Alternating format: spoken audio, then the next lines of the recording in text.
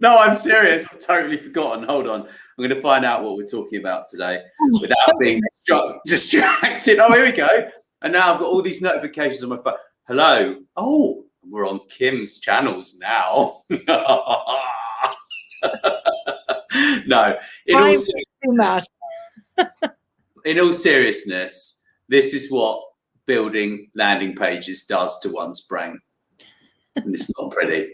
No, but in all seriousness, we are here to reflect on our conversations around self-care, leadership, and life, including what is self-care and what it looks like, tips for practicing self-care on a day-to-day basis, and ways in which leaders can practice self-care in order to lead their teams well.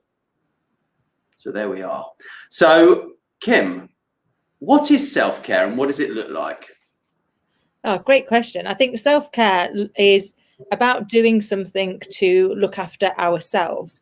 And what it looks like can be very different for every individual, because it's got to be about something that makes you feel better, that gives you time to restock, to recharge, to regroup, and to refocus. I think we all live busy lives and we can be busy doing everything else. I know when I was chatting to the fabulous Renate earlier this week, I was talking about, those moments where it feels selfish to do something just for you. You think, well, I should be doing something for my clients or my friends or my family or my child or there's always a somewhere. But actually the doing that something that's just for you feels selfish. And yet the reality is, if we don't take care of us, we can't be there to take care of others. And I had a moment where life did that for me. So I wasn't taking care of myself properly. I was busy trying to run the company that I was working for, to run the home, to pay all of the bills, to rebuild our lives as a single mum, to continue to operate. And because I wasn't paying attention, eventually your body tells you you've got to stop. And, in my case, I ended up with in intensive care with double lung pneumonia. Kind of made me take stock and realize that if I didn't start to take some balance, to take that step back and find some time for me to recharge, then actually I risked not being there for any of the people that were really important to me. I risked that I wouldn't be there to see Scarlett grow. I wouldn't be there to run the organization that I was running, to be a sister, a daughter, a friend. So I had to start to learn to take some time back for me, to learn to, hi Flora, to learn to say no sometimes to things, not because I don't want to be helpful, but because I realized that actually I also need to ensure that I'm as healthy as I can be. And sometimes that can be just taking a breather and having a duvet evening, which is rare, but that just turn on a tat movie and just sit there and give your brain a breather. Or it could be going for a walk. For me, I love going out for a walk. It gives me a chance to be able to just calm the mind. Or one of my personal favorites, and this for me is real relaxation, and I appreciate for a lot of people they'd be like, that just sounds like hard work. I love cooking, so for me being able to go and cook something is a real opportunity to relax and rejuvenate and refresh. And I'm so fortunate that my lovely nursery where my little girl goes to happily help me by eating what it is that we cook, because if not, Scarlett, I would be having an obesity issue. Have to deal with how much we eat because of getting that relaxation. But for me, I guess it's finding that thing that brings you joy, that gives you chance to just switch off and recharge, and to give yourself permission to do so, particularly if you find yourself telling yourself you're too busy to do it. I know from experience that's when you need it most. So when you think you haven't got time, give yourself permission to find the time, and you will get all of it done. You'll be significantly more productive and you'll be healthier. Yeah, very much so. I think for everyone, it definitely looks different, right? Yeah. And it is about finding that hobby or those hobbies that are healthy for you, right? And if you're sitting down at a desk all day, just getting up and cooking is not a bad, it's not a bad thing to do, right? But you do other forms of exercise as well, yeah? Like you walk your daughter to school and stuff, and you've got like this exercise thing. I don't quite know what it is, that thing that you use. So I've got, it's kind of like a bit of a power plate type thing, or as one of my friends awfully used to call it, my fat girl exercise, because you basically stand on it and it shakes everything around for half an hour. But I do half an hour a day, and it's the equivalent. Anything you do on there is the equivalent of doing 100 of them when you're not on there. So it allows me to really optimize my exercise time, and also keep fit, and as an older mum, it's helpful for me to be fit, because she's 4.5. Funnily enough, she doesn't seem to understand I'm nearly 50. And she just needs to give me a bit of a breather. So I need to do more to make sure that I maintain that, because I love being an active part of her life, and I want to continue that for as long as I'm lucky enough to be able to do so. And I'm truly grateful for being lucky enough this far, and do my best to make sure that I keep that going as long as I can.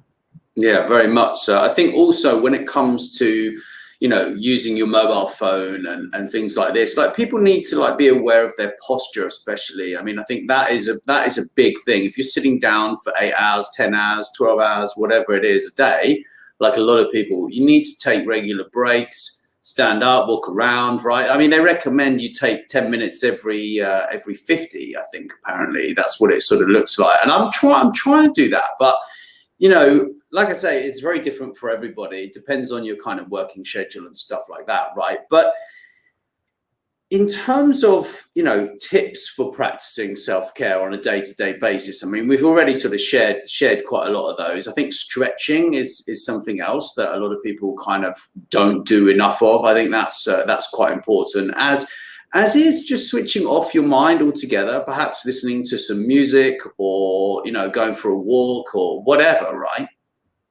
Yeah, and I think also, having somebody to point it out to you. I mean, we do it to each other all of the time, don't we? Where we're like, do you know what? Tactical timeout. Just go and take 5 minutes. Go and put the kettle on, or go and get a stretch, and we'll come back. Because you get to those moments, don't you, where you feel like you're running through treacle, and you've got loads to do, and you actually then your brain starts to overthink all you've got to do, rather than thinking about how to take the right steps to be able to do it. So they're the moments where you might think, I really haven't got time to take 5 minutes, but taking 5 minutes, distracting your brain, allows your subconscious brain to actually step into gear and give you what is the right way forward. And we know from working together now for 18 months, and I know you tell everybody how horrendous it is.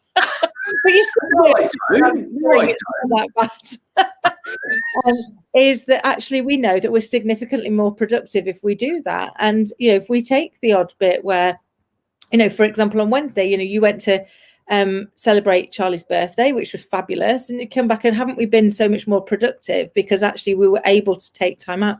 It hasn't stopped us from continuing to do the business. While you weren't there, I did it the other week when I was at the hairdressers. You did it for me instead. And I think it's finding that balance and saying, actually, it can all get done, but sometimes you've just got to take that step back and give yourself chance to see a different way of doing it. And you can't often see that if you're running at it. So, whenever I start to feel overwhelmed, I now encourage myself to take that step back and say, right, actually, do you know what? I'm getting frustrated because the computer isn't loading fast enough, because I'm building pages and it's not the thing that brings me joy. And I know you suffer my pain because, you suffer me getting really grumpy at the computer. But now it will be a case of, actually, do you know what? I'm leaving that page to load. I'm not going to sit here and look at it and get frustrated. I'm going to go, what else can I be doing? Now, maybe that is go and make a cup of tea. Maybe it's distract both of us with another bout of Lenny, because we do love a bit of Lenny, who bobs in to keep us going. But I think it's finding something that, okay, so why do we use Lenny? Lenny always makes us laugh, and actually when you laugh, it releases endorphins. It changes where you are psychologically, and allows you to then look back at what you were getting frustrated about and realize that actually it really wasn't that frustrating. wasn't the end of the world. It is just what it is. So it's probably why, as you know, Nat, he sits on my desk permanently, because every now and again I just need a reminder to take life a little bit less seriously, and that you can have fun and still get work done, and that actually you get significantly more work done if you're enjoying it. I think also on top of that, just to remember that, you don't have to say yes to everything that comes along, right? And this is a big thing. If if you're sympathetic towards what other people are working on and stuff, we all have a tendency to kind of let people pick our brains for free and things like this. And actually learning how to say no to that sort of stuff is vital to securing the time that you need to make your business work, right? And your job as well, because there are always people that are like, can you just help me with this? Can you just help me with that? It's like, well, no, sorry, I can't do that today. I'm a bit busy. Yeah. Or here's a link, make a blog out of it. Give them a link to the blog that you wrote about the question that they just asked you, right? To save time moving forwards, Absolutely. And there's a fascinating bit of advice from Tim Ferriss in his book, The 4-Hour Working Week, which is he actually changed his approach and reset people's expectations. So his out of office says that emails will be looked at these specific periods. And quite a lot of really successful business people and actors, athletes, you name it, they do a similar thing, which is actually they won't look at their emails, they won't look at social media, they won't look at anything that can distract them until they've done the 1 or 2 things that were on their most important things to do today list, because it allows them to then control their own agenda. But they're letting the person know, it's like, I will get to it, but I'm going to get to it here and here. So if it's really, really urgent, then call. So if there's an emergency, you call. But what that does is, from a psychological point of view, it makes the person who's asking you for it go, is this really an emergency, or could I wait? They're saying they're going to look at it at 12:30. Can I wait till 12:30? Yeah, I probably can.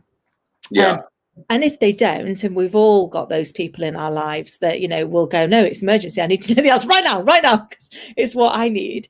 They'll get in touch, and, maybe you have to do a bit of re-education of them, which is, like, here's the answer, but that really wasn't an emergency.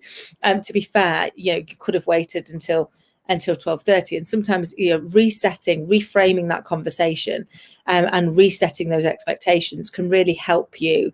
And it's also recognizing that actually you're not being unkind by saying no.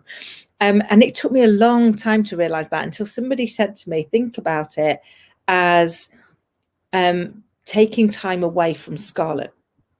And I was like, I don't understand what you mean. And they were like, think about it. If you're going to go and do that, you're actually choosing to have less time with Scarlett.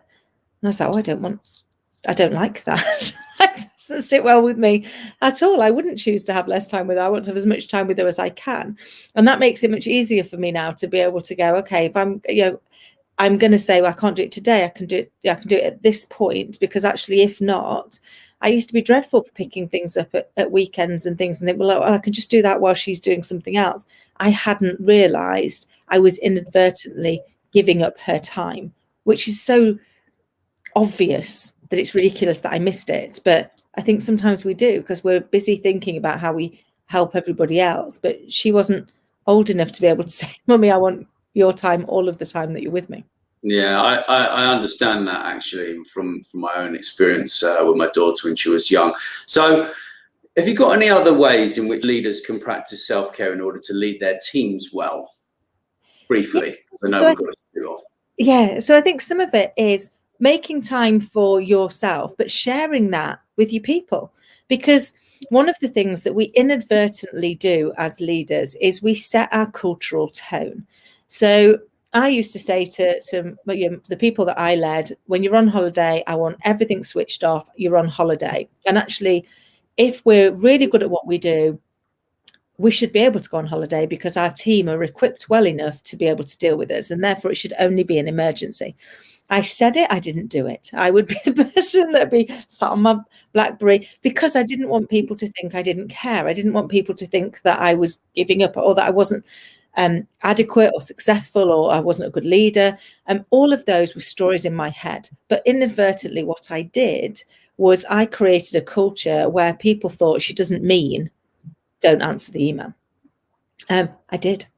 100% I did. So I started not sending them the emails. I'd be like, I just exclude them from it for the weeks. It's like, it's the only way I can actually get you to switch off. But then I realized, very much like parenting, what we have to do is we have to show people, we have to walk our talk. So if I want people to not work outside of certain hours, or to actually rest and rejuvenate, I have to demonstrate I'm doing that too. And sometimes you can find those methods. There might be things where you go, I really need to write this email because I need it to be out of my head so that I can relax.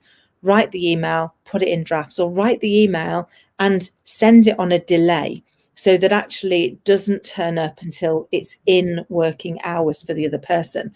That way it's out of your head, you're allowed to relax and rejuvenate, but you're not putting it into their head in their rest time. So I think it's fine, you're finding those ways, thinking about how do you best take care of you and take care of others, and share those tips, talk about it, ask your people, how do they best rest and rejuvenate, and see whether or not you can share ideas. It starts to become a conversation. It starts to become important.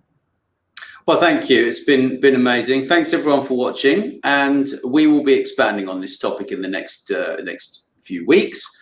And if you want to go and grab some training, we've got a fantastic piece of free training. If you go to elitecoachesclub.com, you can grab that, and that's all about grow training, and it will help you to kind of do your goal setting and things like that. And yeah, it's a fantastic bit of information. So thank you very much, Kim, and thanks for tuning in. Yeah, thank you. Take care.